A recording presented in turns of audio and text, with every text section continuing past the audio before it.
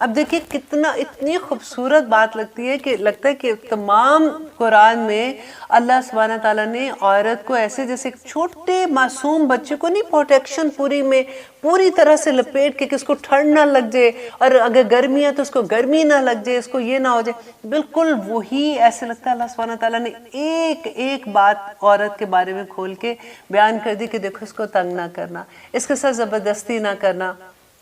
یہ اتنی خوبصورتی کے ساتھ اللہ سبحانہ تعالیٰ عورت کے بارے میں بتاتے ہیں۔ انشاءاللہ یہ پوری صورت میں جیسے جیسے ہم پڑھتے جائیں گے ہمیں اور اپنے اوپر فخر ہوتا ہے کہ ہمارا سنبھالنے والا تو رب ہے، اللہ سبحانہ تعالیٰ تو سب کو سنبھالنے والے۔ لیکن ایسا ہوتا ہے نا کہ گھر میں جو چھوٹا بہن بھائی ہوتا ہے اسے ماں باپ ہمیشہ سب سے زیادہ پیار کرتے ہیں، وہ چھوٹا بچہ۔ مجھے لگتا ہے کہ اللہ کی تخلیق میں جو اللہ نے کریشن اپنی ہے نا، اس میں سب سے چھوٹے بچے جو ہے نا وہ عورت ہے۔ اللہ سبحانہ تعالیٰ اتنے پیار سے اس کو سمجھاتے ہیں، اور آدمیوں کو اتنے پیار سے ڈانٹ بھی رہے ہیں کہ دیکھو ان کی حفاظت تمہارے ذمہ میں نے لگائی ہے، ان کو تم نے تنگ نہیں کرنا، اور اگر تم تنگ کرو گے تو پھر آخر میں آ کے جواب بھی دینا پڑے گا۔ اور بڑے فخر سے میں تو جب یہ آیت پڑھتی ہوں تو مجھے بڑا مزہ آتا ہے، اور پھر میں اپنے ہسبینڈ کو بھی یہ سناتی ہوں کہ دیکھیں اللہ سبحانہ تعالیٰ ایسے کہتے ہیں، اگر آپ نے ایسے کیا تو پھر اللہ سبحانہ تعالیٰ سے بڑی ڈانٹ کھانے والے ہیں آپ۔ تو الحمدللہ ثم الحمدللہ۔ آگے دیکھتے ہیں کہ اللہ سبحانہ تعالیٰ کیا فرماتے ہیں، لیتے ہیں ایک چھوٹی سی بریک، پھر انشاءاللہ دیکھتے ہیں۔ الحمدللہ ہم کریں آیت نمبر 19، جس میں اللہ سبحانہ تعالیٰ کہہ رہے ہیں اے لوگو جو ایمان لائے ہو، نہیں ہے حلال تمہارے لیے کہ تم وارث بن بیٹھو عورتوں کے زبردستی۔ اب دیکھیے یہاں پہ اگر حلال کا لفظ ہے تو اس کے اپوزٹ تو حرام ہوگی نا، کہ اللہ سبحانہ تعالیٰ ان کو کہہ رہے ہیں کہ تمہارے لیے یہ حلال نہیں ہے تو کیا ہے پھر حرام ہے ان کے لیے کہ وہ عورت کے زبردستی وارث بن بیٹھے۔ اس کا ایک تو یہ کہ دیکھیں جیسے عورت کو جب جیسے طلاق ہوتی ہے تو اس کے بعد وہ پھر آزاد ہو جاتی ہے، تو اسی طرح سے جب اس کا خامن فوت ہوتا ہے تو اس کے بعد عدت پوری کرنے کے بعد وہ بھی آزاد عورت کی طرح ہوتی ہے۔ اس زمانے میں کیا ہوتا تھا کہ مشرکین مکہ میں ان کے رسم و رواج جو تھے، اس میں نے پہلے بھی آپ کو اس کے بارے میں بتایا تھا کہ جیسے باپ فوت ہوتا تھا نا تو جو ستیلا بیٹا ہوتا تھا وہ اپنی ماں کو اسی طرح سے جیسے وہ وراثت ہوتی تھی نا، تو وہ اسی طرح سے اس کو زمین کا جیسے ٹکڑا سمجھ کے، گھر سمجھ کے، اسی طرح سے وراثت کا ہی حصہ سمجھ کے اس پہ بھی وہ قابض ہو جاتا تھا۔ اور اگر تو اس کو وہ اچھی لگتی تھی، اگر وہ پیاری شکل ہوتی تھی اور اس کے دل کو اچھی لگ رہی ہوتی تھی تو اسے نکاح کر لیتا تھا، اور اگر اس کو وہ پسند نہیں ہوتی تھی تو پھر اس کو وہ روکے رکھتا تھا یہاں تک کہ اس کی موت آ جائے۔ تو یہ عورت پہ بڑا ظلم ہوتا تھا۔ اس کے بعد بھی یہ تھا کہ جیسے میں نے آپ کو پہلے بھی بتایا تھا کہ ان کی ایک رسم ہوتی تھی کہ وہ جیسے خامن فوت ہوتا تھا تو خامن کا دوست ہے یا پھر رشتہ دار جو کلوز ہوتے تھے وہ ایک چادر اس عورت کے اوپر ڈالتے تھے، جو سب سے پہلے چادر ڈال دیتا تھا وہ عورت اس کی ملکیت ہو جاتی تھی۔ تو یہ ساری چیزیں بڑی تکلیف دینے والی تھی۔ تو اللہ سبحانہ تعالیٰ بیسیکلی یہاں پہ اسی چیز کے بارے میں کہہ رہے ہیں کہ تم زبردستی عورت کے وارث نہ بن جاؤ۔ اور دیکھیں یہاں پہ یہ پہلا حکم تھا، کیونکہ آپ کو پتہ ہے قرآن کا سارا معاملہ جب بھی آپ پڑھتے ہیں تو آپ دیکھیں کہ کوئی بھی حکم ایک دم سے نہیں ہے، تدریجاً حکم ہے، کیونکہ ان کے اندر اتنی رس بس گئی تھی یہ ساری چیزیں جو رسمیں ہوتی ہیں۔ ابھی آپ دیکھیں آج کل کے زمانے میں ابھی آپ کسی کو کہہ دیں کہ مہندی شادی پہ نہ کرو تو کیسا ہنگامہ ہوگا، تو پھر آہستہ آہستہ کہنا ہونا ہے دیکھو یہ کام نہیں کرو، پھر اب یہ نہیں کرو، تو پھر یہ نہیں کرو، اب بالکل نہیں کرنا۔ بالکل وہی بات ہے، اپنی کوئی بھی رسم آپ دیکھ لیں۔ مجھے یاد ہے کہ جیسے ابھی کسی کو اگر یہ بھی کہہ دیتے ہیں نا جب کسی کی ڈیتھ ہوتی ہے کہ دیکھیں اسلام میں 10واں اور 40واں اور ایسی کوئی چیز نہیں، برسی وغیرہ یہ نہیں کیا کرو، تو لوگ باقاعدہ افینڈ ہو جاتے ہیں، غصہ ہوتے ہیں کہ یہ کیا مطلب، وہ آپ کو ہمارے دادا بھی نانی دادی بھی یہ کیا کرتی تھی، اب تم کوئی نیا اسلام لے کے آئے ہو۔ تو وہ رسمیں جو ہم نے خود ہی سے بنائی ہوئی ہیں ہمارے اندر ایسے شامل ہو جاتی ہیں جیسے it's a part of our life, اور اگر کوئی منع کرتا ہے تو پھر ایک دم سے نہیں سمجھ آتی نا، تو اللہ سبحانہ تعالیٰ نے بھی آرام سے ان کو سمجھایا۔ سب سے پہلے تو ان کو یہ کہا کہ تم یہ نہ کرو، تمہارے لیے حلال نہیں ہے، اور سیکنڈ میں پھر کہا ولا، اور نہ تعدلوہن، اور نہ تم روکو انہیں، مت تعدلوہن کو کہتے ہیں جیسے سختی سے کسی کو روکنا نا، تنگ کرنا کسی کو، لِتَذْهَبُوا تاکہ تم لے جاؤ بِبَعْدِ بعد ما آتَيْتُمُوهُنَّ جو دیا تم نے انہیں۔ اب یہاں بھی یہ کیا بتا رہے ہیں کہ اللہ سبحانہ تعالیٰ کہ اس لیے ان کو نہ روکو، زبردستی تم ان کو روکنے کی کوشش نہ کرو کہ کہیں جو تم نے ان کو مال دیا ہے وہ تم زبردستی ان سے نہ لے لو۔ اب دیکھیں اس میں ایک تو یہ بھی آتا ہے کہ اگر وہ عورتوں کو اس طرح سے روک لیتے تھے، جیسے اگر خامند فوت ہوتا ہے تو بیٹا اس کو روک لیتا تھا، یا پھر وہ دوسرے آدمی کا، جیسے میں نے آپ کو بتایا جو بھی ان میں رسم تھی۔ سیکنڈ اس میں یہ تھا کہ جیسے اگر کسی کی شادی ہوئی ہے، اب وہ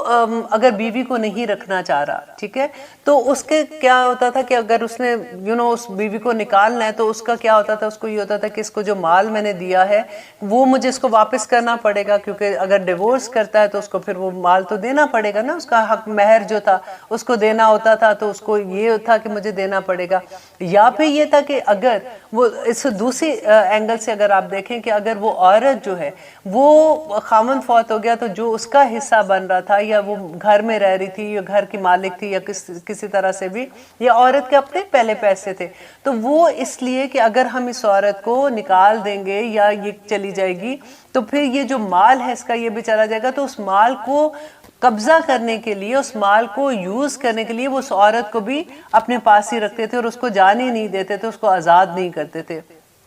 تو یہاں پہ وہی بات اللہ سبحانہ تعالیٰ نے کہی کہ مت روکو انہیں تاکہ تم لے جاؤ بعض جو تم نے ان کو دیا ہے، مگر ان کے یأتینا کہ وہ آئیں بے فحاشتن بے حیائی کے ساتھ مبیناتن کھلی۔ اب سیکنڈ یہ چیز ہے کہ دیکھیں ایک شرط ہے، نمبر 1 اگر تو بیوی ہے اور اگر تم نے اس کو تم زبردستی اس کو روک رہے ہو، وہ بیوی ساتھ نہیں رہنا چاہ رہی ہے، یا پھر کوئی ایسی چیز تمہیں لگتا ہے کہ تم اس کو اس لیے روکتے ہو کہ اس کا جو مال ہے وہ تمہیں دینا پڑے گا، یا کوئی بھی ایسی چیز ہو رہی ہے تمہارے ساتھ، تو اللہ سبحانہ تعالیٰ کہتے ہیں مگر ایک صرف شرط ہے، ان کا مہر تم نہیں روک سکتے ہو، ان کو جو پریزنٹ تم نے اس وقت دیے جس وقت تمہاری وہ نکاح میں تھی تم وہ ان سے نہیں لے سکتے ہو، وہ ان کا اس کی ملکیت ان کی ہے۔ اب اگر ایک وجہ ہے کہ اگر وہ کوئی فحاشی کرتی ہیں، کہ کوئی بے حیائی کا کام کرتی ہیں، وہ بھی مبینہ کرتی ہیں، مطلب کھلے عام کرتی ہیں۔ اگر فار ایگزامپل کسی مرد کو یہ پتہ چلتا ہے کہ اس کی بیوی جو ہے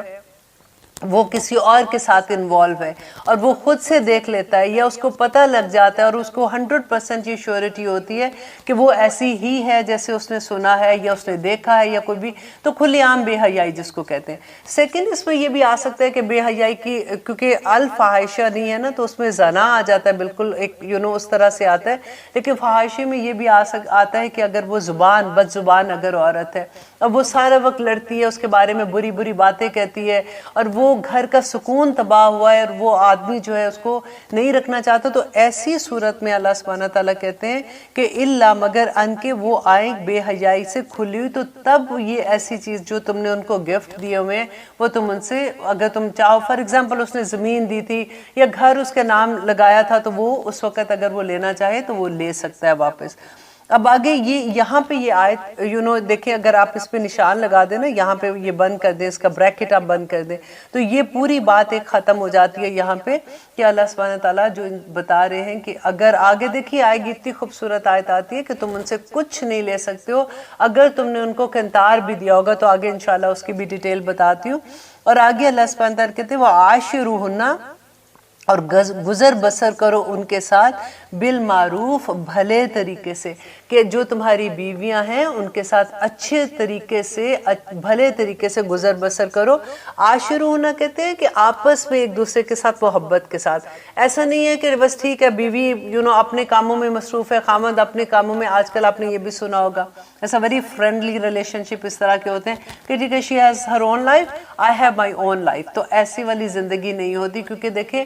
ہسبینڈ اینڈ وائف نے ایک پورا گھر بنانا ہے جس میں اللہ سبحانہ تعالیٰ نے اس گھر کے لیے جتنی اس کی پروٹیکشن کے لیے آیات ہیں اور جتنی سختی سے اللہ سبحانہ تعالیٰ کے احکامات ہیں، کیونکہ اگلی پوری نسل تیار ہونی ہوتی ہے، اس گھر میں جو بچے انہیں تیار ہونا ہے ان کی تربیت کے لیے ضروری ہے کہ وَعَاشِرُوهُنَّ بِالْمَعْرُوفِ کہ وہ گزر بسر کرو ان کے ساتھ بالمعروف، اچھے طریقے سے۔ اور یہ کس کو کہا جا رہا ہے؟ یہ آدمی کو کہا جا رہا ہے کہ عورت کے ساتھ وہ کس طرح سے سلوک کرے گا، کیونکہ گھر پورا بنے گا نا، تو فَإِن كَرِهْتُمُونَ، اب آگے جا کے اللہ سبحانہ تعالیٰ کہتے ہیں کہ اگر ٹھیک ہے اب تم نے پوری کوشش بھی کر لی اب اچھے طریقے سے گزر بسر کرنے کا، لیکن اس کے باوجود ہو سکتا ہے، اس ممکن ہوتا ہے نا، کئی دفعہ یہ ساری چیزیں کرنے کے باوجود بھی ایسا ہوتا ہے کہ آدمی شادی ہوئی ہے، اب اس کو نہیں سمجھ آ رہی ہے، اس کو اس کی کوئی عادتیں ایسی ہیں جو اس کو پسند نہیں آ رہی ہیں، تو پھر کیا کرے؟ کیا لڑتا رہے سارے وقت یا اس کو غصہ چڑھتا رہے اس کو دیکھ کے؟ کئی دفعہ ایسا ہوتا ہے، فار ایگزامپل اگر عورت شادی کے بعد اس کو پتہ چلتا ہے تو بڑی پھوڑ ہے، مطلب اس کو کام ہی نہیں آتا کرنا، یا بے سمجھ سی ہے، اتنی سمجھدار نہیں ہے، یا اس کی آنکھوں میں وہ خوبصورتی نہیں اس کو لگ رہی ہے. there is a lot of things نا جو اس کو کرہتموہن کے اندر آ سکتے ہیں. ضروری نہیں ہے یہاں پہ کہ وہ برا کوئی کام کر رہی ہے، برا عمل کر رہی ہے. یہاں پہ یہ کہا جا رہا ہے فَإِن كَرَهْتُمُوهُنَّ، پھر اگر تم ناپسند کرو انہیں، فَعَسَىٰ، تم تو ہو سکتا ہے، تو ضرور یہ ہوگا کہ ان کے تک رہو کہ تم ناپسند کرو شیئا،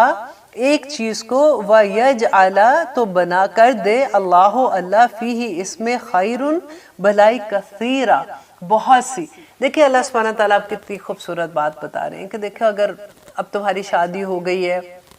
اب وہ لڑکی تمہارے گھر آ گئی ہے، اگر تمہیں اس کی کوئی ایسی عادت تمہیں اچھی نہیں لگ رہی ہے اور تم اس کو الجھ رہے ہو اس کے ساتھ، تو تم دیکھو اگر تم صبر کرو گے، اگر تم اس کو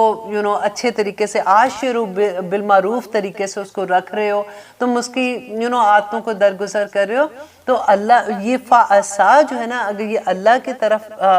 جاتا ہے نا، تو اس کا مطلب اگر ویسے عام گرامر میں دیکھو تو ممکن ہے، تو ایسا ہوگا، ایسا ممکن ہے، ایسا آتا ہے. لیکن جب اللہ سبحانہ تعالیٰ کی طرف جاتا ہے تو اس کا مطلب ہوتا ہے کہ یہ ضرور بضرور ہوگا، یقیناً اللہ سبحانہ تعالیٰ اس کے اندر خیر ڈال دیں گے، اس رشتے میں خیر ڈال دیں گے کہ اس عورت میں سے تمہارے اندر خیر آ جائے گی. ہو سکتا ہے اللہ سبحانہ تعالیٰ ایسی اولاد عطا کر دے جو تمہارے لیے خیر کا باعث بن جائے. ہو سکتا ہے اللہ سبحانہ تعالیٰ اس سے تمہارے گھر میں آہستہ آہستہ اتنا سکون دے دے. ہو سکتا ہے اس کی کوئی ایک عادت تمہیں اچھی نہیں لگ رہی ہے، جس کو کیونکہ اس کی وجہ سے تمہاری آنکھوں میں پردہ آ گیا، تمہیں اس کی باقی چیزیں نظر نہیں آ رہی ہیں. تو یہاں پہ اللہ سبحانہ تعالیٰ دیکھیں، آپ خود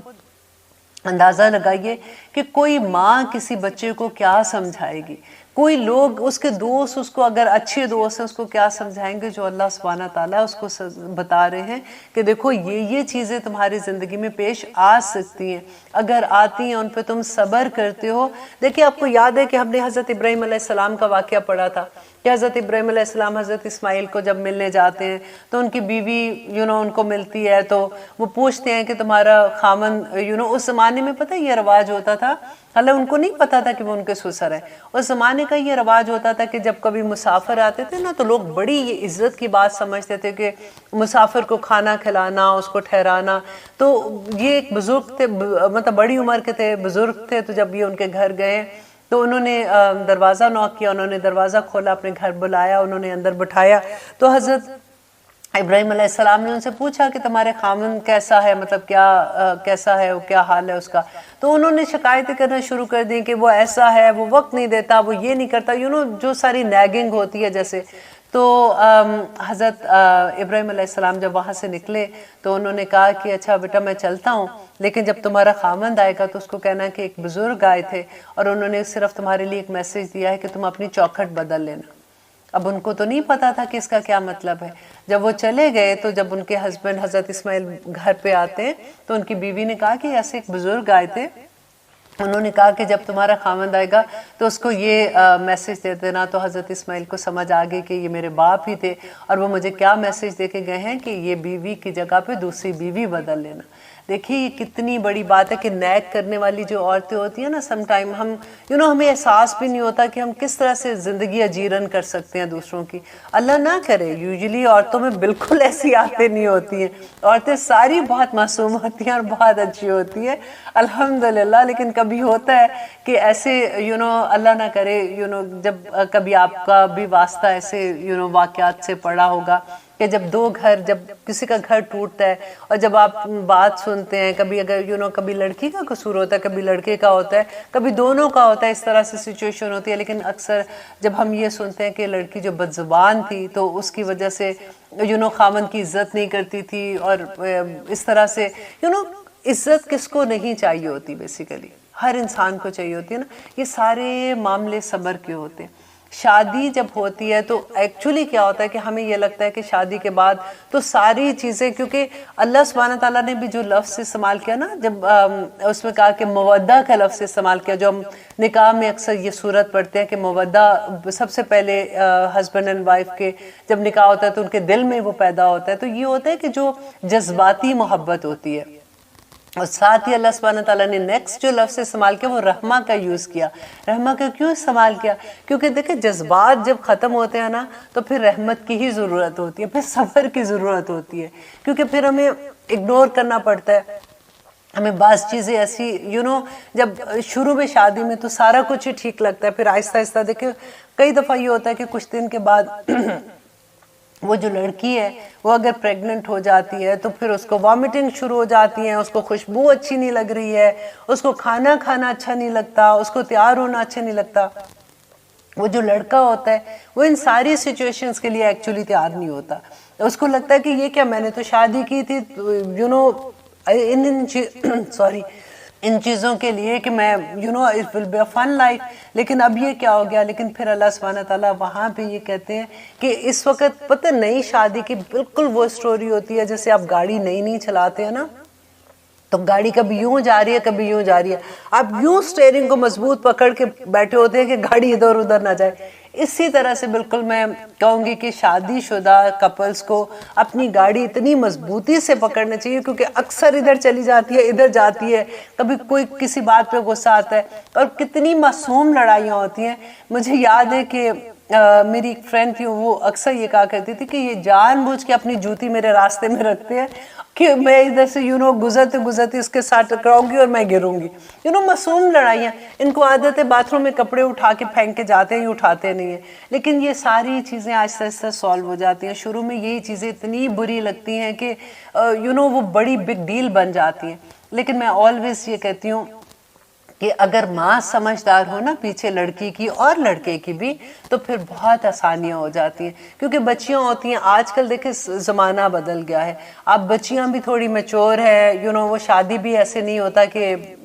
ہمارے زمانوں میں تو یہ ہوتا تھا نا کہ کالج سے BA کیا اس کے بعد چلو جی شادی ہوگی، اور ہم یہی شوق میں کہ نئے کپڑے ملیں گے، جولری ملے گی، میک اپ کرنے کو ملے گا، بال بنانے کو ملیں گے، اسی چکر میں شادی کر کے آ جاتے تھے. اور پھر بچوں کے اس میں جھنجٹ میں پھنس کے اور اس کے بعد پتہ لگتا تھا ایک دن کہ ہم تو اتنا نانی دادی بھی بن گئے اور زندگی کہاں گزر گئی. لیکن آج کل کی بچیاں کیونکہ پڑھی لکھ کے وہ پروفیشنل زندگی میں ہوتی ہیں، they are not like this. ان کو کوئی ان کے پاس آلریڈی یہ سارا کچھ ہوتا ہے جو ہم شادی سے بات کرنے کی کوشش کر رہے ہوتے تھے، وہ پہلے سے ان کے پاس یہ سارا کچھ ہوتا ہے. تو ان کے لیے زندگی تھوڑی مشکل ہو جاتی ہے. وہ ہوتا ہے نا کہ میری زندگی، کیونکہ اب ہم نے دیکھے اپنے بچوں کو میرا گھر، میرا ٹی وی، میرا کمرہ، میرا فون، میرا کمپیوٹر، یہ میرا میرا میرا اتنا زیادہ ہو گیا کہ جب دو انسان ہم اکٹھا کرتے ہیں تو ان دونوں کو اکٹھا زندگی گزارنا، کیونکہ ایک بالکل دو ڈیفرنٹ لوگوں کو ایک راستے پہ چلانے والی بات ہوتی ہے، تو اس میں صبر کا دامن ساتھ لے کے نہیں چلیں گے تو زندگیاں بڑی مشکل ہو جاتی ہیں. لیکن وہی اتنا خوبصورت رشتہ جو ہوتا ہے وہ اتنی، دیکھیں ایک آدمی اور ایک عورت اگر وہ آپس میں ایک دوسرے سے خوش نہیں، وہی آپ امیزنگلی یہ ہوتا ہے کہ وہ عورت کسی اور آدمی کے ساتھ خوش ہوتی ہے اور وہ آدمی کسی اور عورت کے ساتھ خوش ہوتا ہے. یہاں پہ کیوں خوش نہیں ہے؟ دیکھیں اللہ سبحانہ تعالیٰ نے ان آیات میں جو مین چیز ہے نا وہ یہی ہے کہ صبر کے ساتھ وقت گزار لو. ایک دوسرے کی وہ چیزیں اگر جو تمہیں اچھی نہیں لگ رہی ہیں تم تھوڑا صبر کر لو. اللہ سبحانہ تعالیٰ انہی رشتوں میں تمہارے لیے خیر بھر دیں گے اور یہی رشتے تمہارے لیے اتنے پیارے بن جائیں گے کہ ان کے بغیر تمہاری زندگی بھی نہیں گزرے گی. لیکن دیکھیے کہ آگے اللہ سبحانہ تعالیٰ پھر اگر بالکل ایسی حالات ہو جاتے ہیں کہ انسان اس کو نہیں چھوڑ سکتا، مطلب ان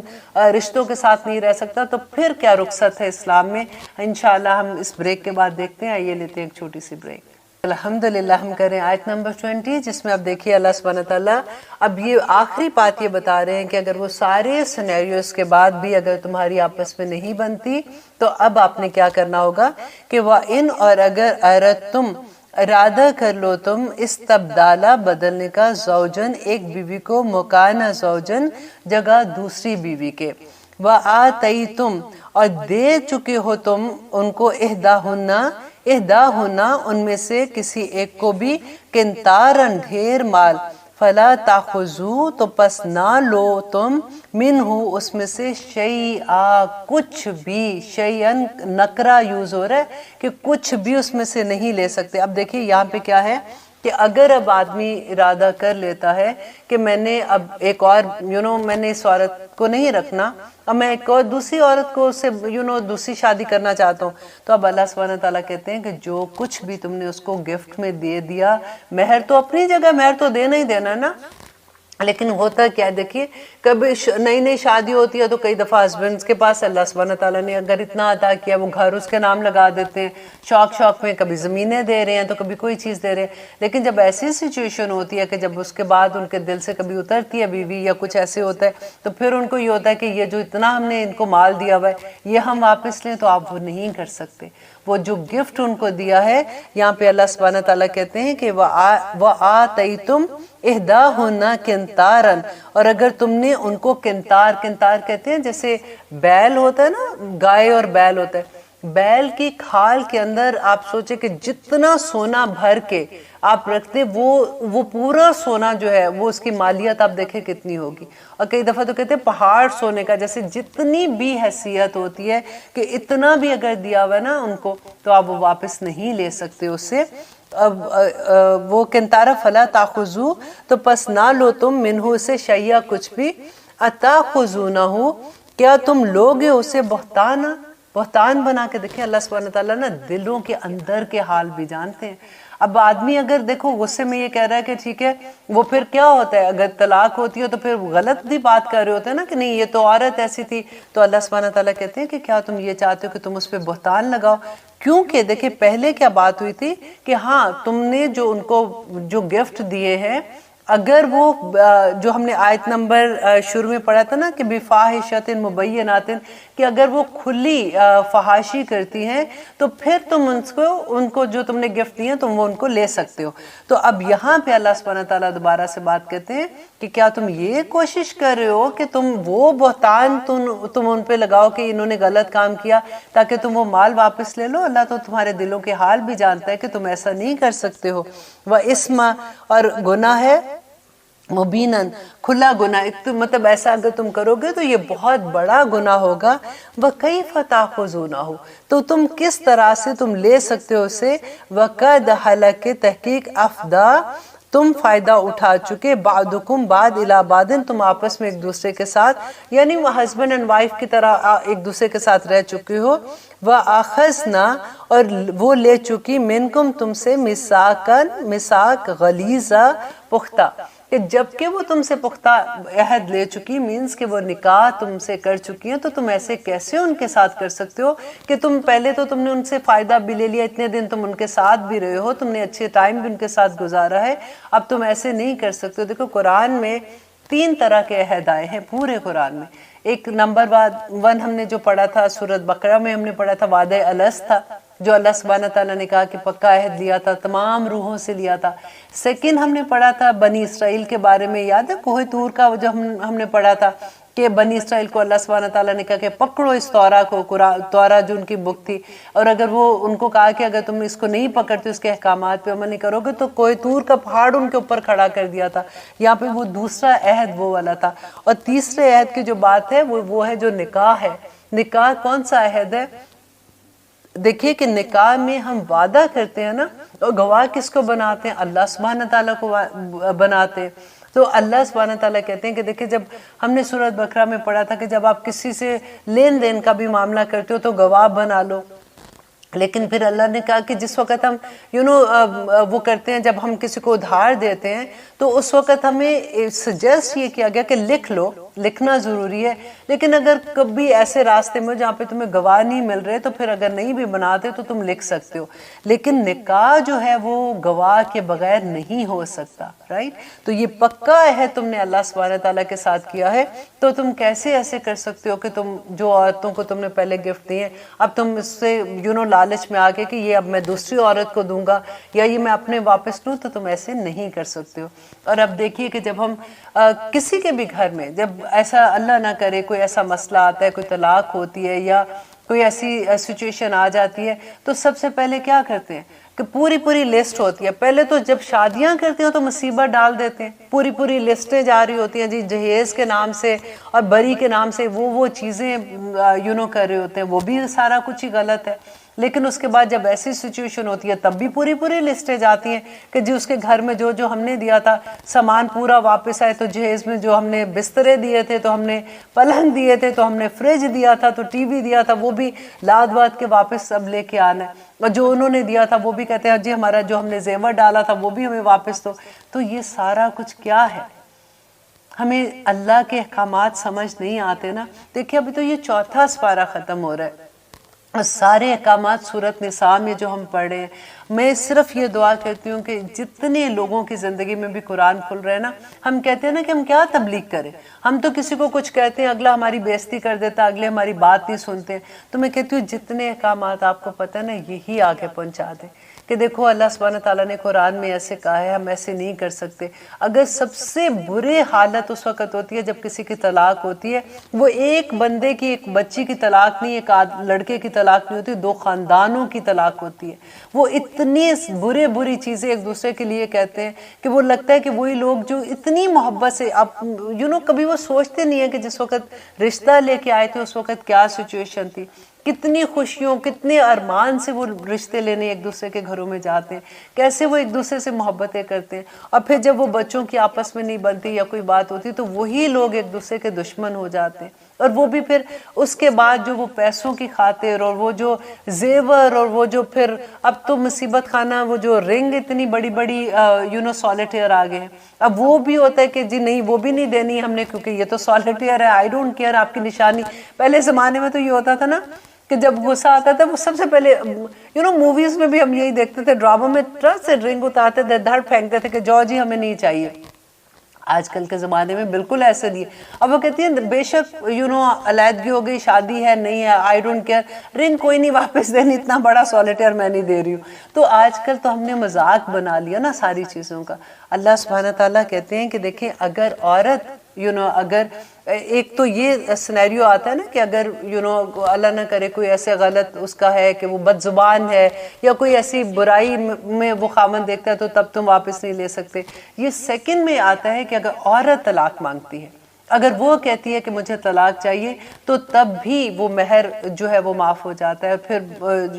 وہ جو بھی گفٹ دیے ہوتے ہیں وہ واپس دے کے تو وہ اپنی بیسیکلی جان چھڑاتی ہے کہ میں یہ دے کے تو اپنی جان چھڑاتی ہوں. لیکن آج کل سب کچھ ہم ایسے وراثت سے لے کے یہاں تک کے قانون کو آپ دیکھیں کہ کس طرح سے ہم اسلام کی دھجیاں اڑاتے ہیں, کس طرح سے ہم لوگوں کو لگتا ہے کہ نہیں یہ باتیں تو یہ تو دس از مائی اون تھنگ اب مجھے کسی سے پوچھنے کی ضرورت نہیں ہے. لیکن یہ اللہ کے قانون ہے, یہ فرض ہے, یہ احکامات اللہ سبحانہ تعالیٰ نے پکے ہم پہ مطلب فرض کیے ہوئے. ایسا نہیں ہم کر سکتے کہ ہم اپنی مرضی سے ان کو ادھر سے ادھر کر دیں. ہاں اگر اللہ سبحانہ تعالیٰ نے اس میں پھر سہولتیں بھی دی ہیں کہ اگر ایسی سچویشن ہے تو تم کیا کر سکتے ہو, اگر ویسی سچویشن ہے تو تم کیا کر سکتے ہو. اب آگے دیکھیے کہ اللہ سبحانہ تعالیٰ کہتے ہیں وَلَا تَنْكِحُوا, اور نہ تم نکاح کرو, مَا نَكَحَ,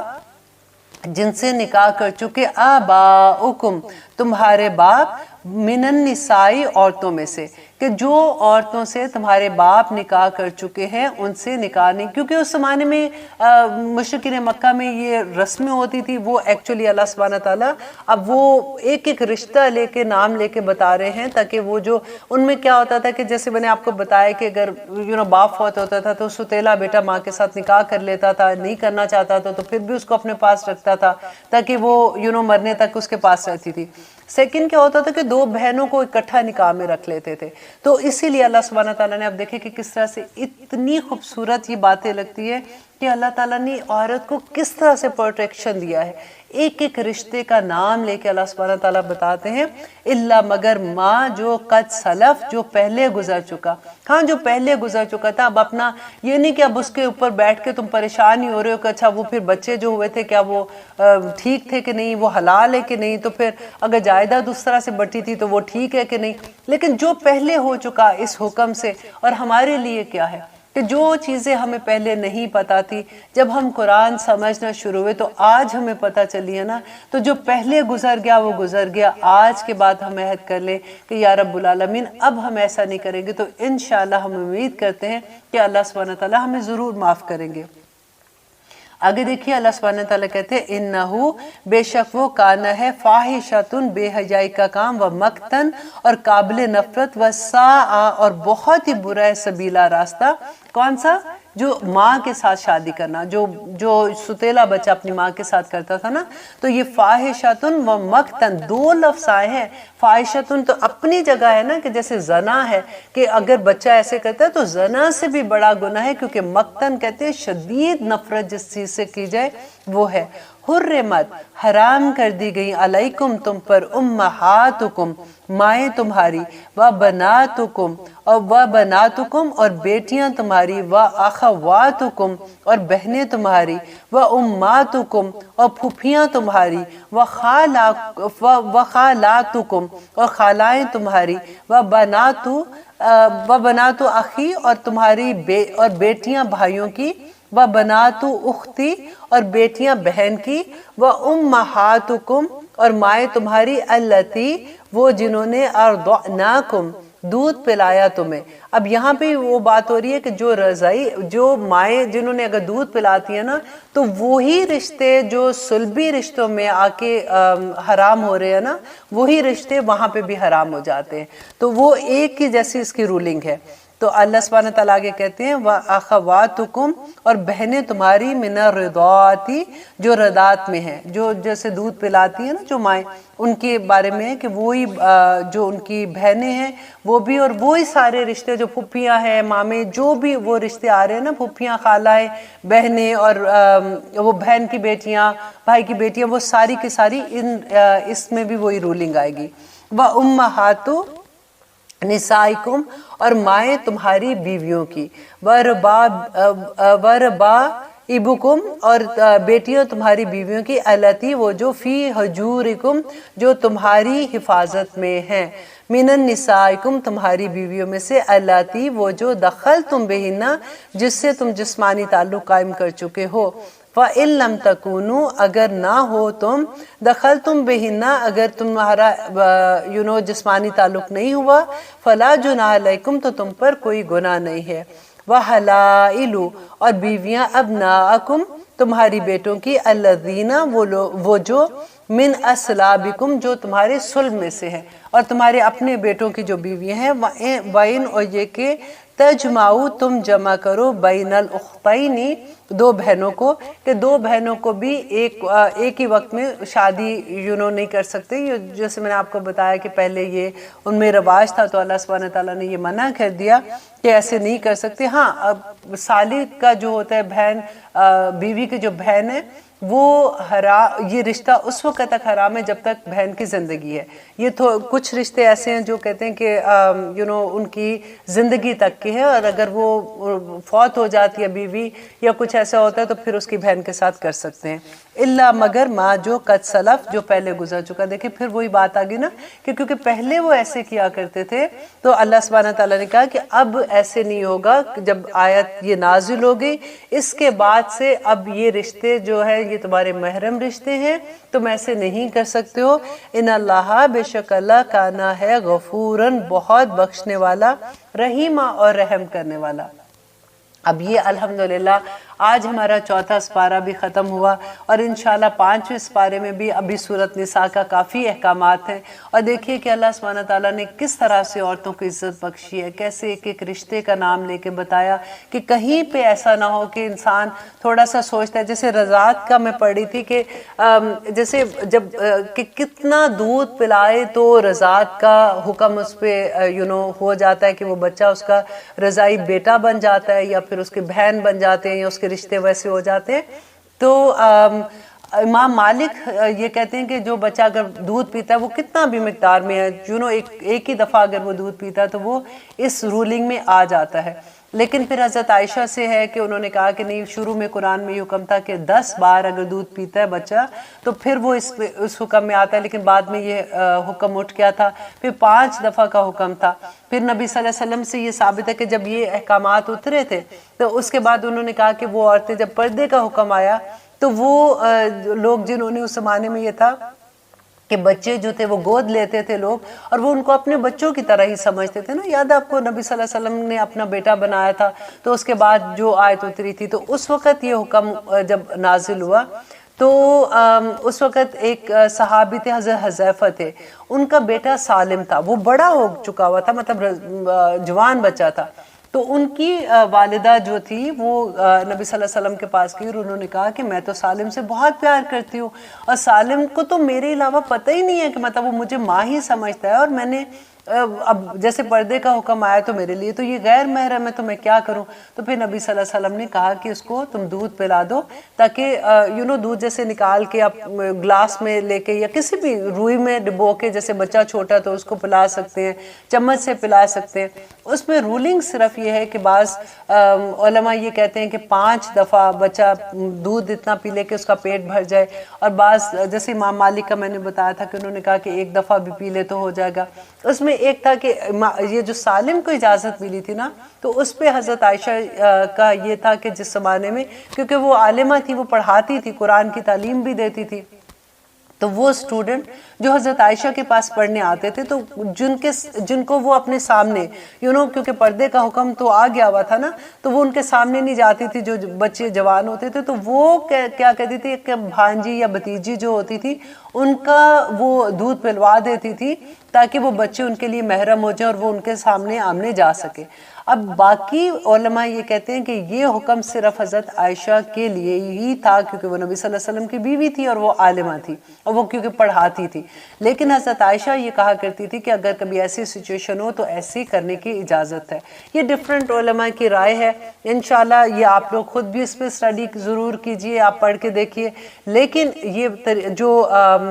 راجح قول ہے نا وہ یہی ہے کہ بچے کے جو دودھ پلانے کی مدت ہے نا، 2 سال تک بچے کو دودھ پلایا جاتا ہے، جیسے بعض کہتے ہیں 2 سال 2 مہینے، بعض کہتے ہیں 2.5 سال کا بچہ جیسے ہو جاتا ہے۔ اس دوران میں اگر بچے کو فیڈ کرا دیا جائے، جیسے اگر لڑکا ہے تو لڑکی جو ہے، جو ماں ہے جنہوں نے اس کو اڈاپٹ کیا ہے، وہ اپنی بھانجی بھتیجی یا اس کی بہن ہے جس کا اس زمانے میں بچہ پیدا ہوا ہے اور وہ فیڈ کرا رہی ہے تو اس کا دودھ پلا دے تو وہ بچہ اس کے لیے محرم ہو جاتا ہے۔ اور اگر بیٹا ہے تو بیٹی ہے تو پھر وہ چچا کی چچی ہے یا اس رشتے میں پھپھی ہے یا ان کی بچیاں، تو ان کا اگر وہ دودھ پلا دیتے تو وہ بچہ ان کے لیے محرم ہو جاتا ہے۔ اسلام میں بڑی آسانیاں ہیں، ہم لوگوں کو بس پتہ نہیں ہوتا نا، تو پھر ہم اتنے بڑے بڑے فتوے خود ہی سے لگا دیتے ہیں کہ کیا چیز ٹھیک ہے کیا نہیں ہے۔ اللہ سبحانہ تعالیٰ سے دعا ہے کہ اللہ سبحانہ تعالیٰ ہمیں سورۃ نساء پہ ایک ایک اس کا حکم سمجھنے کی اور اس پہ عمل کرنے کی توفیق دے، کیونکہ دس از اے وے آف لائف۔ انشاءاللہ اب دیکھیں گے کہ آگے 5ویں سپارے میں ہمیں اللہ سبحانہ تعالیٰ کیا سمجھائیں گے، اور ہمیں توفیق عطا کرے اللہ سبحانہ تعالیٰ کہ ہم اس پہ عمل بھی کر سکیں۔ اب انشاءاللہ اجازت دیجیے، السلام علیکم ورحمۃ اللہ وبرکاتہ۔